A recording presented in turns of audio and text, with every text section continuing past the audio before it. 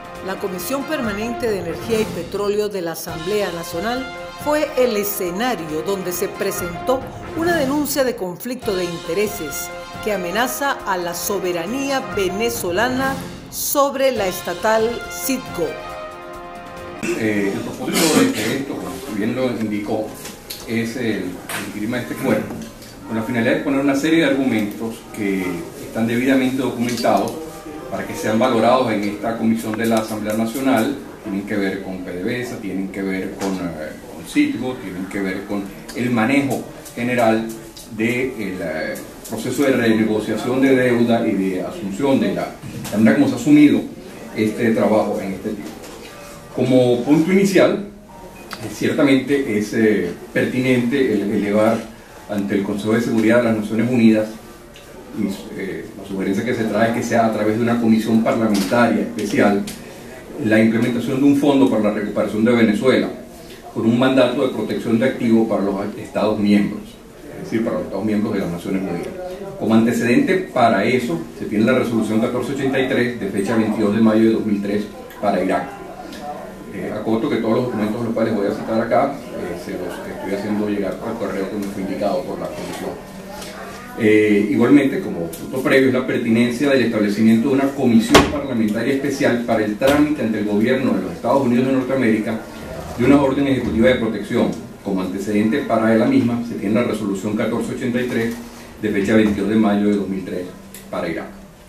Entonces, entrando con el primer tema a tratar, que tiene que ver con la salvaguarda de la empresa Citgo, filial de PDVSA en los Estados Unidos, quisiera destacar lo siguiente. Por una parte, el aspecto que tiene que ver con la situación actual del juicio de Cristalex contra la República en la Corte del Tercer Circuito de Apelaciones de Delaware. Estamos consignando en la comisión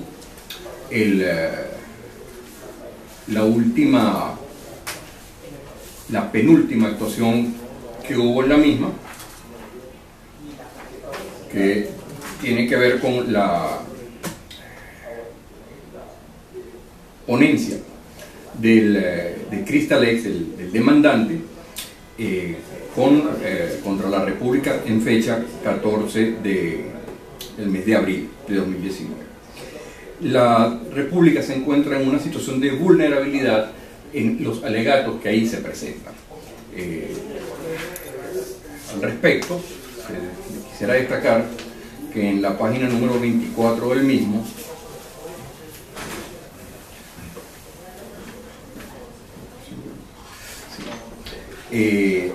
expresa lo siguiente, y voy a traducir libremente de lo que acá se expone. Le dice Cristalex al juez: aun si fuese apropiado para esta corte el considerar nuevos asuntos sobre estas apelaciones, que no lo son, la pura especulación sobre el futuro de PDVSA bajo el régimen de Guaidó, si es que alguna vez llega al poder, no puede borrar 2 décadas del desprecio de Venezuela por las formalidades corporativas. El reconocimiento del Departamento de Estado de Guaidó como presidente no asegura que se vaya a consolidar en el poder, mucho menos que si él lo hace, es decir, si se consolida en el poder, que él vaya a ser más obediente al imperio de la ley que el régimen que él reemplaza. Hasta ahora no existe ninguna evidencia de cómo gobernará Guaidó. Abro inciso, y quiero destacar esto que voy a leer ahora, que es alegato de Cristalex.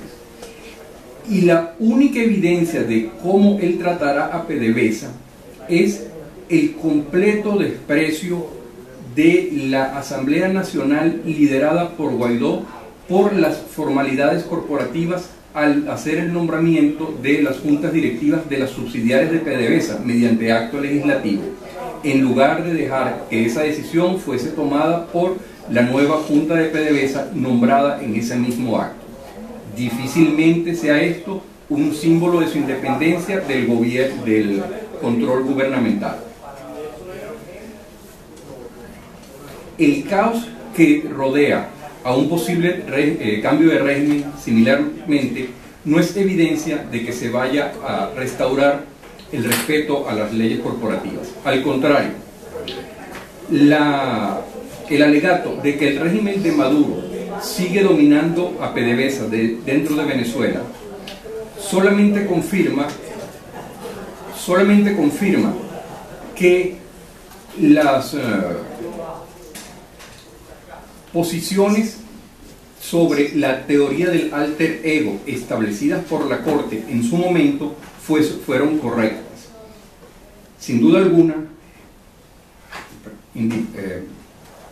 específicamente, el recientemente designado Procurador Especial por José Ignacio Hernández otorgó testimonio de experto apoyando la tesis de Cristalex de alter ego, tal y como más adelante se detalla. Que Guaidó, sin embargo, mantenga el control de las subsidiarias de PDVSA en los Estados Unidos sin apoyarse para ello en el personal de PDVSA y en los activos en Venezuela, tan solo menoscaba la imagen de PDVSA como una compañía autónoma en control de sus operaciones diarias. Fin de la cita como tal. En este mismo escrito, en otras partes dispersas y en otras partes del juicio, también alega esta misma parte que PDVSA, que la Asamblea, que Citgo actualmente estaría persiguiendo vaciar la empresa, y en eso se refieren al tema del crédito de los 1.200 millones. Es decir, alegan que ese crédito que fue tomado un poco, días más, días menos, un mes después de la toma de posesión de esta junta, que el mismo formaría parte de una estrategia de Venezuela para vaciar la empresa.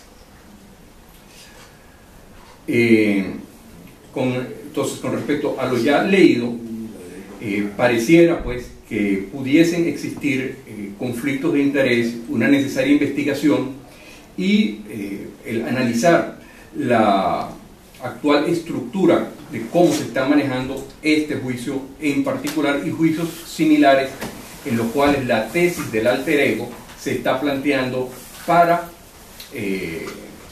tomar los activos de la República. Recordemos que la tesis del alter ego, es decir, el otro yo, lo que sostiene en este caso, y así fue sostenido por el abogado Hernández en su momento, que PDVSA o las empresas del Estado son una con el Estado. Es decir, se pretende borrar el velo corporativo, que es la base del capitalismo, es la base del funcionamiento empresarial. En una situación extrema, bueno, entonces una persona que tenga cualquier creencia contra cualquier organismo del Estado en cualquier parte del universo puede ir a perseguir los bienes que están en la otra punta. Esto es exagerando pedagógicamente el asunto. Y esto, lo preocupante es que esto tiene dos maneras de ocurrir. El velo corporativo puede levantarse desde abajo hacia arriba o viceversa, de arriba hacia abajo. Usualmente lo que tenemos en este caso es que se está pidiendo que se levanten en este juicio de arriba hacia abajo. Es decir, que como alguien tiene una acreencia no, en este caso no es contra Citgo, cuando alguien tiene una creencia contra la República, pueda ir contra un activo que está vamos a decirlo así, bajo varios subvelos más adelante, aguas abajo. El argumento que está manejando PDVSA, que tiene representación jurídica distinta en ese caso, y que quizá pueda ser lo que eventualmente nos salve, es que está alegándose que PDVSA no formó parte de la expropiación que dio origen a ese juicio. Pero de nuevo, acá lo que uno quisiera destacar es el problema de los conflictos de interés que esto da y cómo esos conflictos de interés dan pie para que los demandantes contra la República se apoyen en el mismo para obtener pues, lo que ellos están solicitando. Hay una lista de demandantes que ustedes conocen mejor que yo, la Owens Illinois, todos los que tienen el CIADI, el caso de ConocoPhillips, o sea, son demandas millonarias que están yendo exactamente por ese mismo camino y se están apoyando exactamente en la misma tesis. De esa manera no sería posible, sería muy complicado que pudiera Venezuela resguardar los activos. Pareciera conveniente que la Asamblea evalúe, y esta comisión en particular, con el detalle específico, las comunicaciones y compromisos que adquirió el Procurador Especial con Cristalex y con sus abogados antes de ser procurador. Eso es el documento que él, sin duda alguna, no tengo por qué dudar que él mismo los entregaría de su buena fe, y pues, el juez también lo puede ordenar en el caso. Y esto es muy importante porque nos vamos a referir luego a otro caso que se ventiló en una corte de Miami, en el cual existe una clara indicación de que fue un pago por honorarios fijos y que no eran contingentes. Eso en el otro caso. En este caso no tenemos esa certeza, de manera tal que eso es algo que simplemente es sano para esta comisión y para la Asamblea conocer.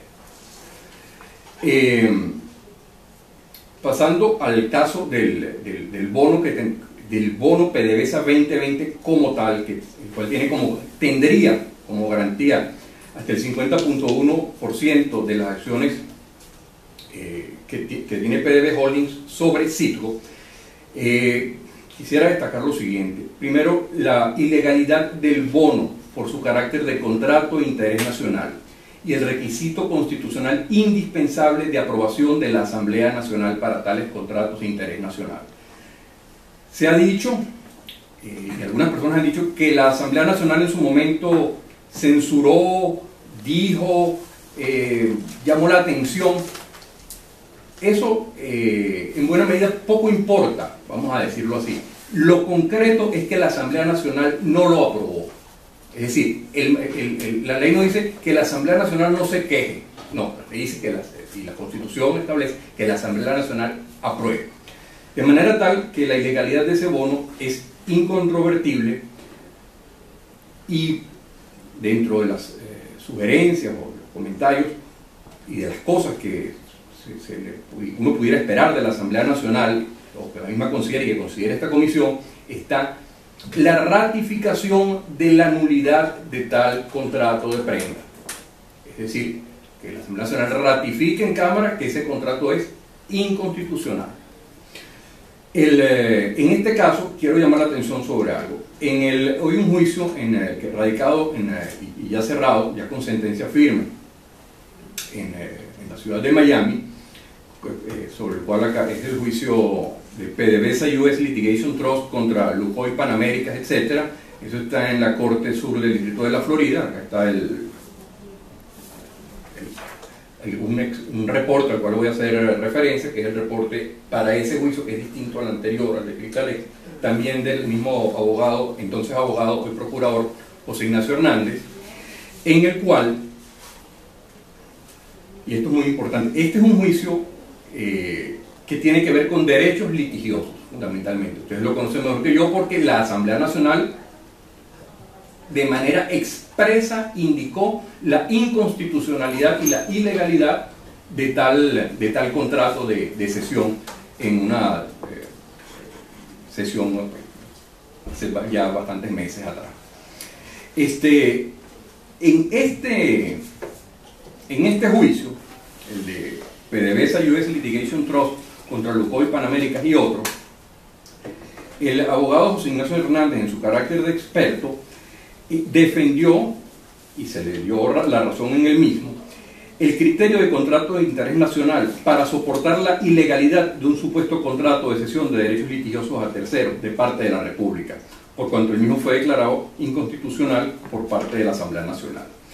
En ese caso hubo una sentencia reciente, del juez Gales, en el cual él hace comentarios al informe de la juez Otazo Reyes, quien fue la encargada de los criterios de admisibilidad de esa demanda, sobre la vigencia de la doctrina de los actos de Estado. Esta interpretación de la doctrina de los actos de Estado es beneficiosa, es sumamente beneficiosa a los intereses de la República. Y esa interpretación hasta ahora no ha sido utilizada, ni se le ha planteado a la Asamblea Nacional el uso del mismo. Cosa que ya a estas alturas debería haber ocurrido. Valga recalcar, si un contrato de cesión de derechos litigiosos, que es algo abstracto, quién sabe si irá a ocurrir o no, algo contingente, si eso se pudo considerar como de interés nacional por el actual procurador en esa instancia, ¿cómo es que el contrato de prenda de los bonos PDVSA 2020 no es 100.000 veces más de interés nacional? O sea, no es comparable. O sea, si yo digo que aquí cabe algo de agua, bueno, en un tanque del tamaño del Inos cabe muchísima más agua. Esa es la diferencia. Pues este es el caso de los derechos litigiosos, y el tanque del Inos es Citgo. Entonces, ese es el tamaño de la omisión en la cual nos encontraríamos ahorita. También debo recalcar, entre las cosas que a uno le preocupan en este caso, es el reconocimiento de tal bono por parte de quienes, de algunas personas que hoy día son funcionarios de PDVSA o de Citgo, en labores privadas muy recientes. No porque haya incompatibilidad con el trabajo, sino con la posición, con la postura y con si se quiere, inclusive con el daño moral que se harían esas personas a sí mismas al cambiar de opinión. Y quiero destacar varias de estas cosas. Es incompatible, o debe ser verificado, por ponerlo en otros términos, si estas personas, si estos ejecutivos recomendaron la compra de esos bonos. Eso debe verificarse. Y si el llevar adelante esa compra de bonos, si el hecho de que sus clientes llevasen adelante esa compra de bonos suponía una ventaja económica para estas personas, tanto económica como en su reputación. Estamos hablando de personas que tenían cargos directivos en empresas transnacionales de crédito, que no pueden, cuyo principal activo es justamente su reputación. Es decir, una persona que hace 3 años le dijo a sus clientes, compren este bono porque es legal, porque es perfecto, no podría hoy de manera muy ligera cambiar de opinión o venir a decir, no, lo que yo les dije a ustedes que compraran hace 3 años era ilegal. Entonces esas personas tienen incentivos para seguir diciendo, lo que yo dije hace 3 años sigue siendo así. En este sentido, podremos ver declaraciones, por ejemplo, de Alejandro Grisanti, que forma parte de la Junta Ad Hoc de PDVSA, diciendo cosas como estas hace un año atrás. Activos de PDVSA en Citgo podrían ser embargados si el bono PDVSA 2020 no es. Y diversas, infinidad de declaraciones de él, del señor Alejandro Grisanti, como ejecutivo de Barclays Capital al cierre de 2016, es decir, al momento de hacerse el canje del bono. Recordemos que el PDVSA 2020 nace en la final de 2016 porque parecía imposible para el gobierno de Nicolás Maduro enfrentar los pagos que tenía en sí. Recordemos también que el actual presidente de Citgo era ejecutiva de esa misma empresa también. Habría que ver, y es labor natural de una comisión como esta, cuál era su posición dentro de esa empresa de manera específica en lo que tiene que ver con los bonos. Es decir, cuál era la posición, cuál responsabilidad tuvo al respecto, qué declaraciones hizo a lo interno de sus clientes al respecto, qué recomendaciones tuvo y si eso tuvo repercusión en sus remuneraciones, etc. Valga de cualquier manera traer una cita aparecida en el New York Times, en un artículo firmado por el señor Clifford Klaus, sobre la posición, ya no en Barclays, sino en Medley Global, de la señora Palacios, cuando decía: no veo cómo PDVSA pueda conservar Citgo, porque todo Citgo está comprometido por un lado o el otro con diferentes tipos de prestamistas y acreedores descontentos que están logrando afectar su estabilidad. Asunto que nadie discutiría. Es decir, de esto justamente es que se trata lo que estamos en estos momentos conversando, de buscar las mejores maneras de fortalecer la posibilidad de Venezuela mantener el control de ese activo importante para la recuperación del país. En este sentido, quisiera subrayar la pertinencia de una expresa ratificación del carácter de interés público que tendría esa cesión en prenda de tan importante activo de la República, y también el que se lleve a cabo la solicitud de nulidad del contrato de fideicomiso de esas acciones de PDV Holdings sobre Citgo. Hay un aspecto, ya han mencionado ambos casos, el de Miami y el de Delaware, que tiene que ver con la comunicación que se hizo pública un poco más de un mes después de la carta dirigida por Carlos Baker, embajador de Venezuela ante el gobierno de los Estados Unidos, la cual en las redes sociales ha manifestado el señor procurador que él tuvo injerencia en la elaboración de la misma. Volviendo sobre la correspondencia en la cual entendemos, porque así lo ha expresado a través de las redes sociales, el señor procurador colaboró en la elaboración de la misma, y dirigida por el ciudadano Carlos Vecchio al señor Mauricio Clavier Carone, funcionario de alto rango del Departamento de Estado norteamericano, en el cual solicita, o habría solicitado, la protección, una orden de protección de activos. Quisiera detenerme en esto porque preocupa la manera como esta orden está siendo solicitada. ¿Y por qué? Voy a referirme a un párrafo en particular.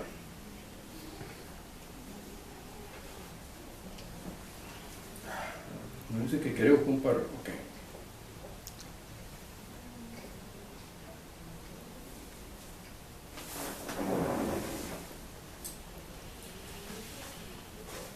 Ok.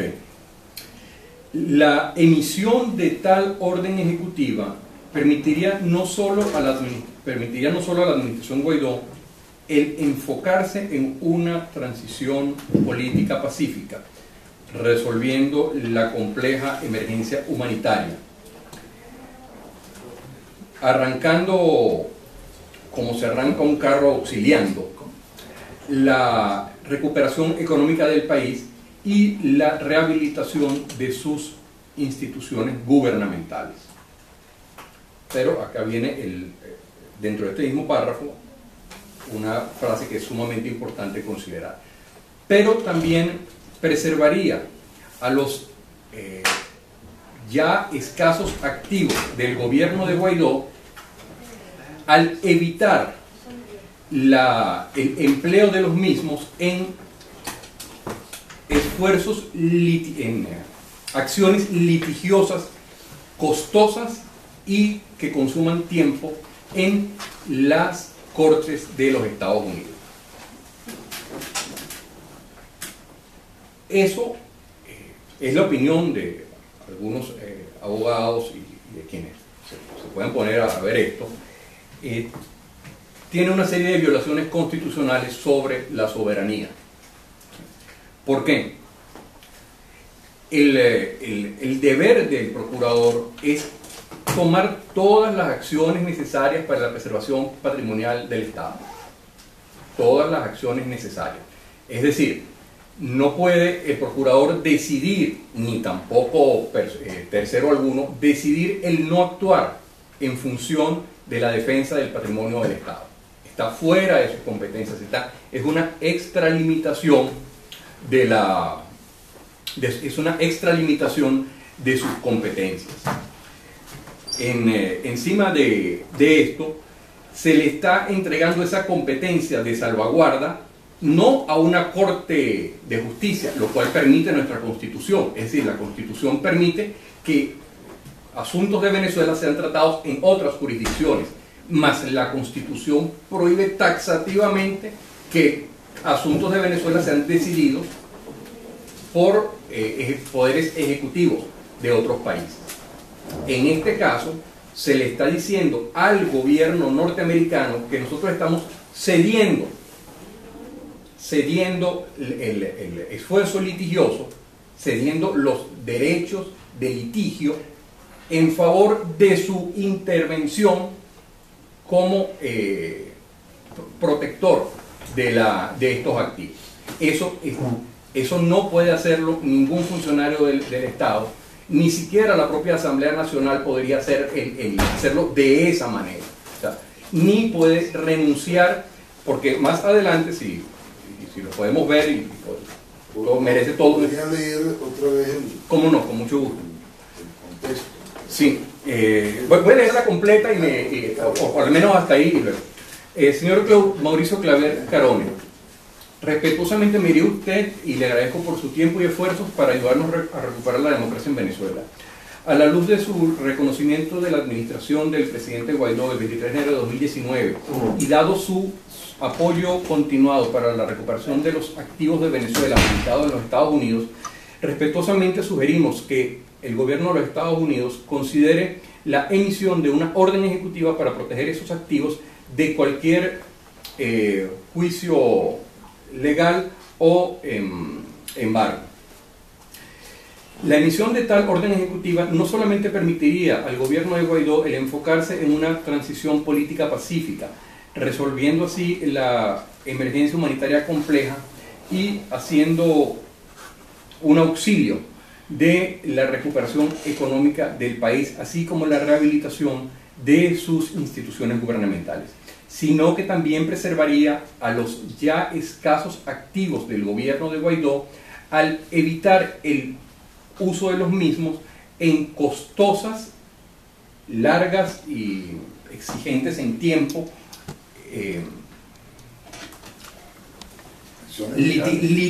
litigios en cortes de los Estados Unidos de Norteamérica. Esta orden sería aplicada durante un tiempo limitado y permitiría para la administración de Guaidó el llevar a cabo un proceso ordenado de reestructuración de deuda designado para tratar a todos los acreedores de manera justa y manteniendo los derechos contractuales dentro de las necesarias limitaciones que se tiene para el cumplimiento de los mismos.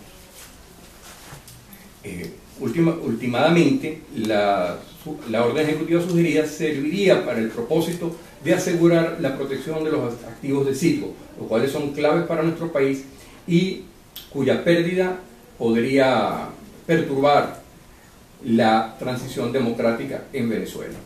La orden ejecutiva sería hecha según las líneas de la orden ejecutiva 13303, la cual fue hecha para la reconstrucción ordenada de Irak y la vuelta de la paz y la seguridad en ese país.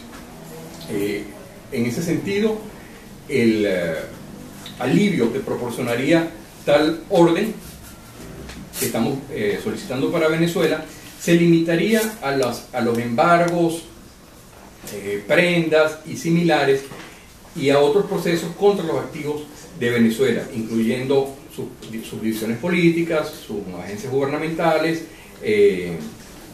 empresas y cualquier otra entidades controladas por él dentro de los Estados Unidos, pero no representaría una suspensión de los litigios en general. Respetuosamente le agradecemos la consideración para todo lo que acá se ha planteado y agradecemos sus contribuciones invalorables para la reconstrucción de Venezuela, el restablecimiento y mantenimiento de la paz y la seguridad de nuestro país y el desarrollo de instituciones administrativas, políticas y económicas en el país. Ahora que lo hemos leído completo, se pone más de bulto el problema, el grave problema, porque en una parte dice, lo cual además es así, que esta orden no representa una suspensión de los juicios, es decir, los juicios siguen adelante. Lo que la orden te protege es, vamos a decirlo así, la ejecución final del juicio. O sea, si el juez dice, hay un embargo, el embargo queda en suspensión, pero en algún momento llegará. Es decir, el litigio continúa. Pero si nos vamos a la parte que ha de preocuparnos, que es en la que decimos que no, que le estamos entregando a la administración norteamericana el que nos preserve esto, para nosotros no abocarnos a los litigios, eso simplemente no cuadra. Ya estás 15 líneas más abajo diciendo que los litigios van a continuar y estás pidiendo la orden ejecutiva para evitar gastar, etcétera, e invertir tiempo en los litigios. O sea, ¿cuál de las dos cosas es la que vas a hacer? ¿Vas a litigar o no? Ese es el planteamiento. Sin duda, sin duda. Sin duda.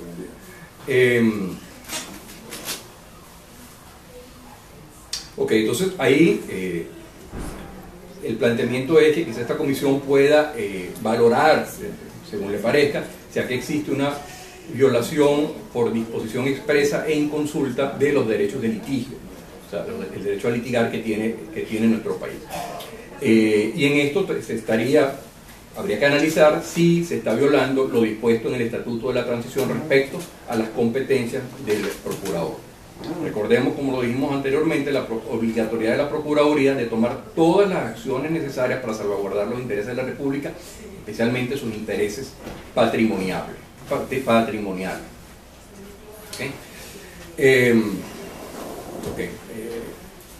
Sobre la doctrina de los actos de Estado, quisiera llamar la atención a que la misma no ha sido traído a esta asamblea. Esa doctrina establece con carácter retroactivo la protección, la imposibilidad de una corte norteamericana de fallar en contra de asuntos autónomos de un país. Es decir, cuando la Asamblea Nacional de Venezuela declaró que el contrato de cesión de derechos litigiosos en el juicio de Miami, al cual nos hicimos referencia, la juez Otazo Reyes claramente, y para esto voy a leer la ley venezolana y la doctrina de los actos de Estado. La juez Otazo Reyes, basándose en el testimonio del profesor José Ignacio Hernández, encontró que el acuerdo de fideicomiso al que nos hemos referido era nulo bajo la ley venezolana, ya que era un contrato de orden público que no podía ser transferido a terceras partes. Sí. La Corte destaca que la declaración de la Asamblea Nacional de que el acuerdo de fideicomiso es inconstitucional le da credibilidad a la recomendación de la juez Otazo Reyes. Sin duda alguna, si esta Corte fuese a decidir en contrario, estaría decidiendo en contravención directa de una resolución por un soberano extranjero, lo cual es muy seguramente una violación de la doctrina de los actos de Estado. La doctrina de los actos de Estado evita que las cortes puedan tomar una acción donde la justicia buscada o la defensa interpuesta requiera que una corte en los Estados Unidos declare inválido el acto oficial de un soberano extranjero llevado a cabo dentro de su propio territorio. Y hay, bueno, todo un desarrollo del mismo, sobre el cual simplemente destacaría la importancia de esta doctrina, la importancia que la misma hubiese sido traída a la Asamblea Nacional en su momento y que ustedes los diputados hubiesen podido decidir respecto al uso o no de la misma. ¿Okay?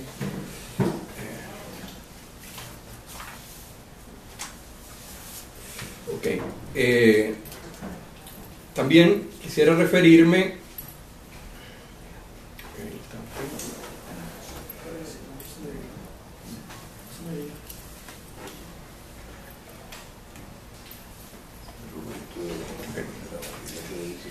quiero referirme además a las implicaciones de algunas declaraciones recientes de varios funcionarios designados por la Asamblea Nacional. En una declaración, que lamento mucho haberla leído, del economista Ricardo Hausmann, él mismo estableció lo inoficioso de las decisiones de la Asamblea Nacional respecto a Citgo y dijo, palabras más, palabras menos, y en palabras muy duras, que no importaba lo que la Asamblea Nacional decidiera al respecto, ya que eso habría de decidirse en cortes americanas. Bueno, esta expresión del señor Hausmann está reñido con los alegatos nuestros, o sea, es decir, de los venezolanos en el caso de Cristalex, y esa argumentación favorece a la contraparte. Uno puede decir no forma parte del juicio, sí forma parte del juicio, en todo caso es un funcionario de alto nivel del gobierno venezolano, reconocido en los Estados Unidos, que debería, intuye uno, cuidarse mucho de ese tipo de expresiones. Igualmente, quisiera referirme a la explicación dada, ya estamos con esto cerrando, la explicación dada por el Procurador Especial sobre la indisponibilidad de los fondos para otras cosas distintas al pago de intereses. Primero, voy a citar lo que dijo el Procurador en lo que se llamó el informe que dio a conocer, por demás, al menos a la opinión pública bastante escueta. Dijo: el pago de intereses del bono PDVSA 2020 es, en las actuales condiciones, la única opción que permite proteger activos del Estado venezolano y que coloca al gobierno en una mejor posición para la estrategia de renegociación de la deuda pública.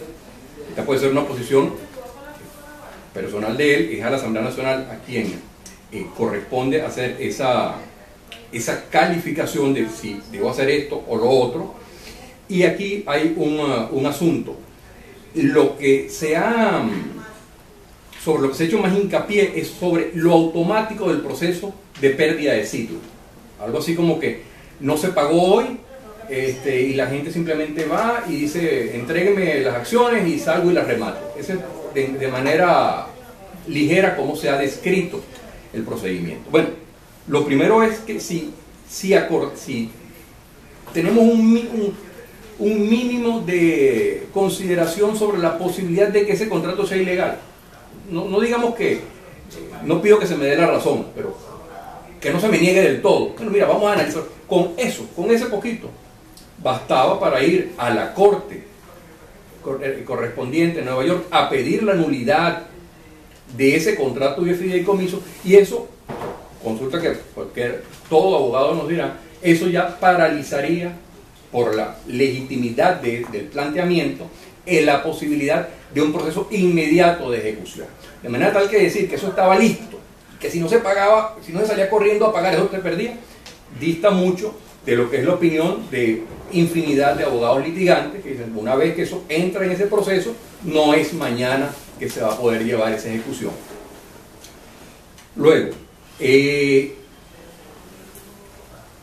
el doctor Hernández dice lo siguiente en su declaración. Dice: antes de que este bono se emitiera en octubre de 2016, la Asamblea Nacional aprobó un acuerdo en el que cuestionó la operación de canje que llevó a la emisión del bono 2020 en especial, considerando sus condiciones financieras y la garantía sobre el 50.1% de las acciones de Citgo Holding, empresa de control de Citgo Petroleum Corporation.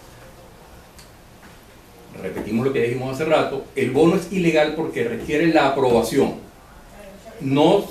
La pregunta no es si la Asamblea cuestionó, en qué términos la Asamblea lo cuestionó, si estuvo bien o mal cuestionado. Se requería una aprobación que no existió, y al no existir la misma, no se puede argumentar, o no se podría argumentar lo otro. Luego viene con la siguiente aseveración. Dice: sin embargo, lo cierto es que el contrato de emisión del bono sigue siendo válido y vinculante de acuerdo con las leyes de Nueva York, que es el derecho aplicable. Esto significa que, a pesar del cuestionamiento de la Asamblea Nacional, PDVSA debe pagar los intereses del bono antes del 29 de mayo, pues de lo contrario generará un incumplimiento. Este supuesto, como ya lo relatamos anteriormente, va contra la doctrina de los actos de Estado. El contrato de emisión del bono no es válido por el hecho de que sea vinculante de acuerdo con las leyes de Nueva York. En el contrato se establece cuál es la jurisdicción aplicable y cuál es la ley aplicable. Pero yo no puedo presentarme en Nueva York con un contrato de esclavitud o con un contrato disparatado en el que alguien me vendió 2 riñones suyos. Yo no puedo llevar eso a una corte. Es decir, el hecho de que yo establezca la jurisdicción, es decir, que tengo que llevarlo a una corte en Nueva York y que la ley aplicable sea la de Nueva York, porque también podría haber dicho, bueno, la ley aplicable, la jurisdicción es la de Nueva York, pero la ley aplicable puede ser la de Venezuela, o puede ser la de Indonesia, eso es otro tema. Lo cierto es que este supuesto no le podía corresponder y es inapropiado de parte del procurador. Siguiente punto.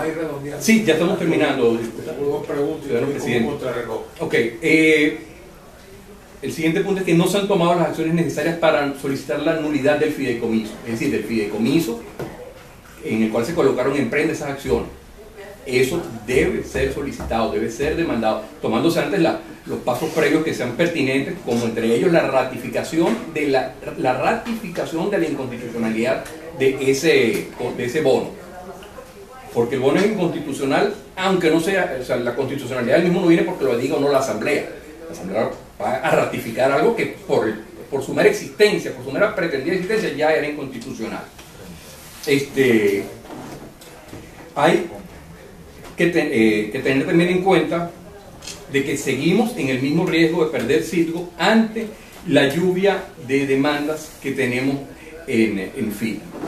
En este sentido, el gobierno norteamericano ha expresado reiteradamente su solidaridad con la nación venezolana. Hemos tenido todas las declaraciones posibles desde el presidente Trump hasta todo el Departamento de Estado y demás funcionarios. Entonces, cabe preguntarse, ¿es posible pensar que el gobierno norteamericano, interesado como ha mostrado estar en el bienestar del pueblo venezolano, interesado como ha mostrado estar en la recuperación de Venezuela, vaya a supeditar sus intereses geopolíticos a pequeños detalles como pueden ser la emisión de esa orden ejecutiva? En lo personal lo dudo. Considero que de tomar la Asamblea Nacional a través de una comisión especial designada a tal efecto, que converse todos los aspectos políticos de manera amplia con los diversos factores en los Estados Unidos, con los partidos que allá hacen vida en Washington, podrá obtenerse esa protección en los mejores términos que se pueden tener. Hemos visto en la prensa en fechas recientes declaraciones, opiniones, etcétera, según las cuales el gobierno norteamericano no estaría dispuesto, etcétera. Como venezolano me permito dudar de ese comportamiento del gobierno norteamericano. Creo que los venezolanos tenemos el derecho a esperar lo mejor de los países que se han comprometido con nosotros, y que quizás lo que se requiere es un refrescamiento de la manera como eso se ha ido llevando adelante. Ya para cerrar, y era simplemente lo que inclusive escribí acá a mano, yo no quiero dejar de mencionar la indiferencia que ha habido de parte de Citgo, en particular en la atención de la crisis humanitaria compleja en Venezuela. O sea, yo no puedo entender que cosas como la de los niños del JM de los Ríos no haya habido allá en Citgo quien llamara al St. Jude Hospital, que buscara las alternativas en Estados Unidos para resolver eso. Hay quien nos dice, eso, bueno, hay que esperar cosas más sofisticadas, que se puede salvar. Imagínate cuántos miles de niños no hay en este problema en Venezuela. Está bien, pero esos 30 se están muriendo ahorita, y lo sabemos, y se están muriendo o los 26 que quedan ya se están muriendo en la cara de nosotros. Es irresponsable, es criminal que nadie haya agarrado allá un teléfono para abocarse a eso. Me consta, porque lo he visto, lamentablemente no tengo la posibilidad de traerlo acá, como se le ha dicho a personas que han solicitado el apoyo allá, que no pueden darlo por las sanciones, que son las sanciones del gobierno norteamericano las que les impiden ayudar a los venezolanos. Eso es mentira. Eso es mentira. Y eso es algo que yo ya no formo ni siquiera parte de todo el resto de estas cosas, pero algo que quiero destacar. La indiferencia que ha habido con respecto a esto. Que sí, hay muchos diputados acá de la Comisión de Desarrollo Social, etcétera, que los han contactado y lo que han recibido es un portazo, y aquí estamos muy ocupados en otras cosas. Es todo, ciudadanos diputados, gracias. Primero que todo, no hay ningún caso que renuncia ni tácita ni expresamente a la posibilidad de la República del ejercicio de esos recursos. Tú recomiendas también el trámite de la solicitud de la protección vía orden ejecutiva, y luego en tu propia intervención criticas la solicitud que hace el representante del gobierno, el presidente Guaidó. Creo que vistas las cosas como están al día de hoy, lo único que podría proteger los activos de Citgo es la orden ejecutiva del gobierno de los Estados Unidos. Es muy difícil, vista la cantidad de litigios que hay de por medio, que la República pueda sobrevivir a esa hondanada de litigios producto de la irresponsabilidad del gobierno de Nicolás Maduro, que fue quien endeudó y quien puso en riesgo todos estos recursos de la República fuera del país. El tema del alter ego pareciera ya hoy un tema superado con relación como doctrina dentro de las Cortes de los Estados Unidos. Ya hoy el tema de la tesis del alter ego es asumida por la mayoría de las Cortes, a tal punto que es el criterio con el que se decidió en primera instancia, y esto que se está conociendo en Delaware es una segunda instancia en apelación. Entonces pareciera que el camino del reconocimiento del alter ego pareciera muy predecible lo que pudiera allí ocurrir. La otra cosa que habría que verificar es si con relación al tema de los conflictos de intereses que tú señalabas, mas no indicabas directamente, con relación al procurador y con relación a la presidenta de Citgo, sería interesante averiguar si ellos dos no hicieron expresa mención en su declaración previa a la designación como procurador especial y como presidenta de Citgo, de haber tenido la participación en esos juicios, pues de ellos haber hecho mención expresa de que habían participado en esos juicios antes de su designación, estaría la República en conocimiento de esa situación, y quedaba al libre arbitrio de la República escoger, designarlos o no después de tener esa información. Me permito comentar, para que no se me olviden las cosas, porque tengo problemas de memoria. Ciertamente coincido con usted, señor diputado, de lo importante que es obtener esa orden ejecutiva, sin duda alguna. O sea, no es muy difícil pensar que podamos salvarnos de toda esa andanada de juicios y cosas sin la orden ejecutiva. Por ello, recalco que el comentario era en la forma, y allí quizás tenemos una diferencia de opinión, y por eso, de nuevo, yo he tenido la oportunidad de leer esto quizás con más tiempo, simplemente comentarlo acá. Acá se indica la intención, o se le menciona que lo que se perseguiría con la orden sería el no invertir tiempo y recursos en los litigios, cuando, como correctamente se señala más abajo, los litigios van a continuar. Es decir, el juicio sigue. Lo que puede es que no te ejecuten. Si pierdes, no te van a... Lo único es una previsión sobre la medida al final. Es decir, le van a decir a quien gana, si perdemos en el proceso, si me permitís escuchar lo que dijo el diputado, sí, pero eso no es lo que logra al menos esa orden ejecutiva. O sea, esa orden ejecutiva no paraliza el proceso sigue, de manera tal que es falaz argumentar que voy a ahorrarme el dinero del litigio. O sea, el dinero de los abogados, ese no te lo vas a ahorrar. O sea, el litigio sigue. Lo que no va a llegar es la ejecución, que es totalmente distinto. O sea, así funcionó en Irak. Así litigos continuaron. Todos continuaron, claro. En Irak el tema... se congelaron los procesos. No, es que... En Irak se congelaron los procesos. Es lo que yo he escuchado, que en Irak se congelaron. No, los juicios como tal. O sea, recordemos que estamos hablando que en los Estados Unidos existe una independencia de poder. Claro era que no había ninguna renuncia de la República al ejercicio del litigio, ni tácita ni expresamente por parte del procurador ni del funcionario que firma la carta. Perdón, voy en dos partes, diputado. O sea, primero, es absolutamente necesario obtener la orden ejecutiva. Segundo, los juicios, y acá mismo lo dice o sea, no tome mi palabra, tome la propia palabra del procurador y del embajador, o sea, los juicios siguen. ¿Ok? Los juicios siguen.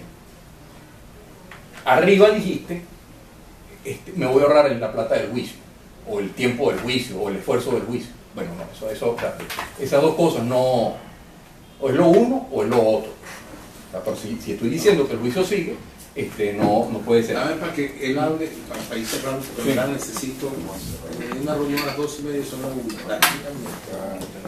Bueno, muchas gracias, presidente. El amigo Jorge Rodríguez, para coincidir con Bombero en varias de las cosas. La primera es, en primer lugar, que hay términos que al menos ponen en duda en tela de juicio algunas actuaciones de los funcionarios nombrados por esta asamblea, lo cual me preocupa, pero que como son términos jurídicos y técnicos, en muchos casos hay que esperar a ver qué es lo que dicen los funcionarios respectivos. Yo pienso, no sé, por la contradicción que usted mismo señala, que el término suspensión no van a ser suspendidos. Probablemente haya otro término adecuado, puede ser congelado.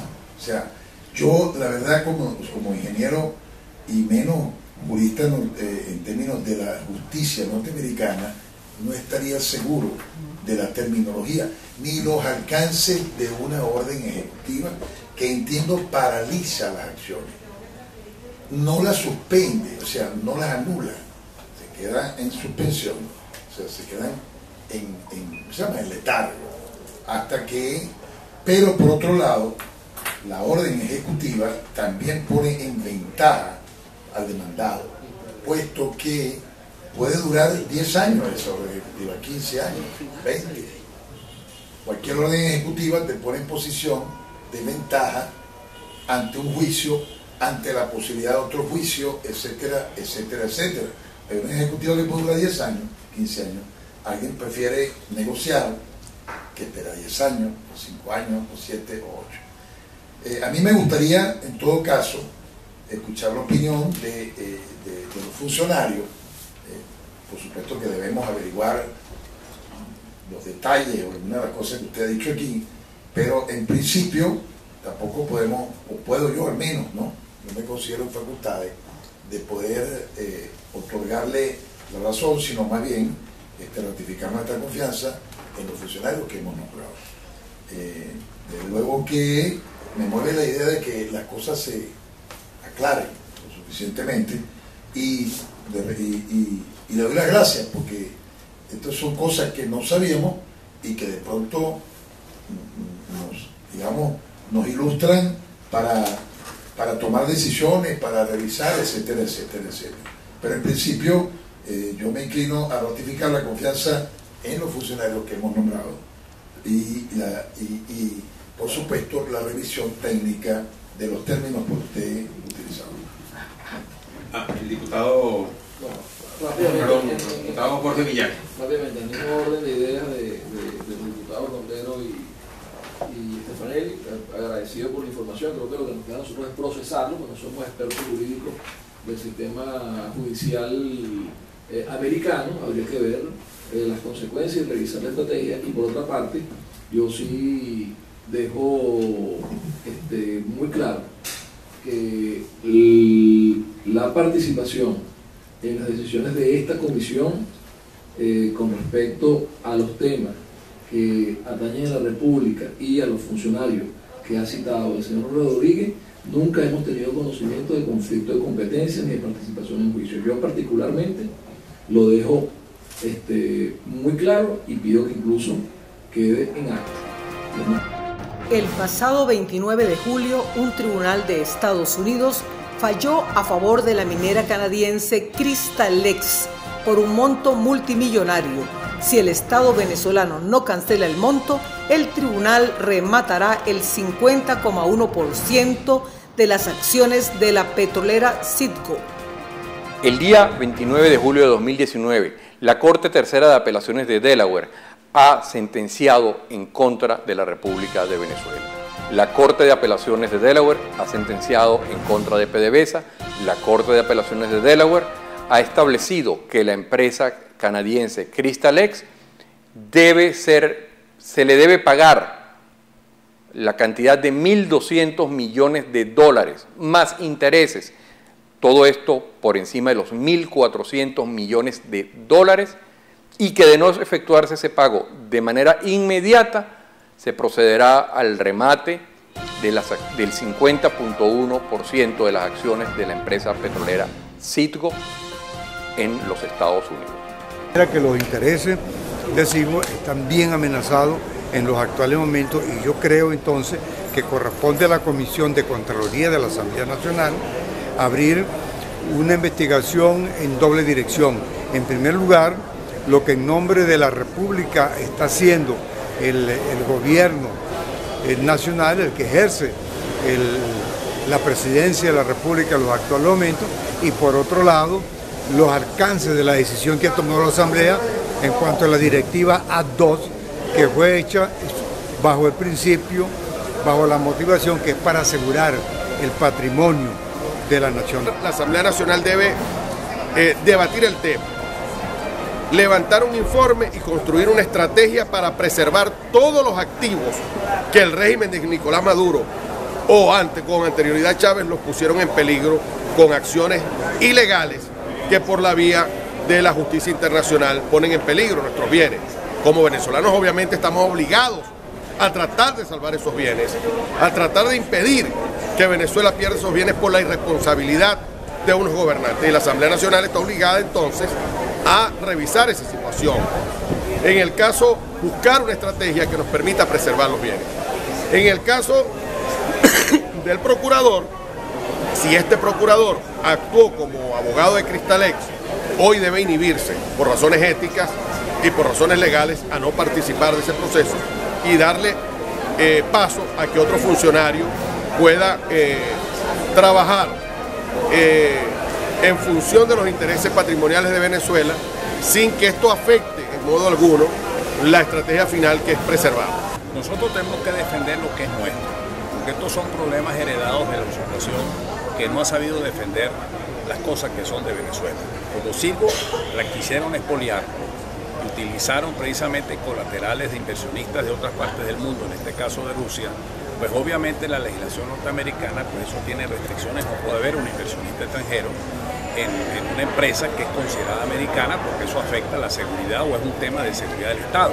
De manera tal de que nosotros, que hemos estado trabajando en función de que Citgo sea una empresa nacional, venezolana, que realmente se puede salvar, incluso ha habido mecanismos de refinanciamiento de la deuda, que fue aprobada recientemente, lo que significa que hay un voto de confianza de los inversionistas extranjeros para el presidente Juan Guaidó.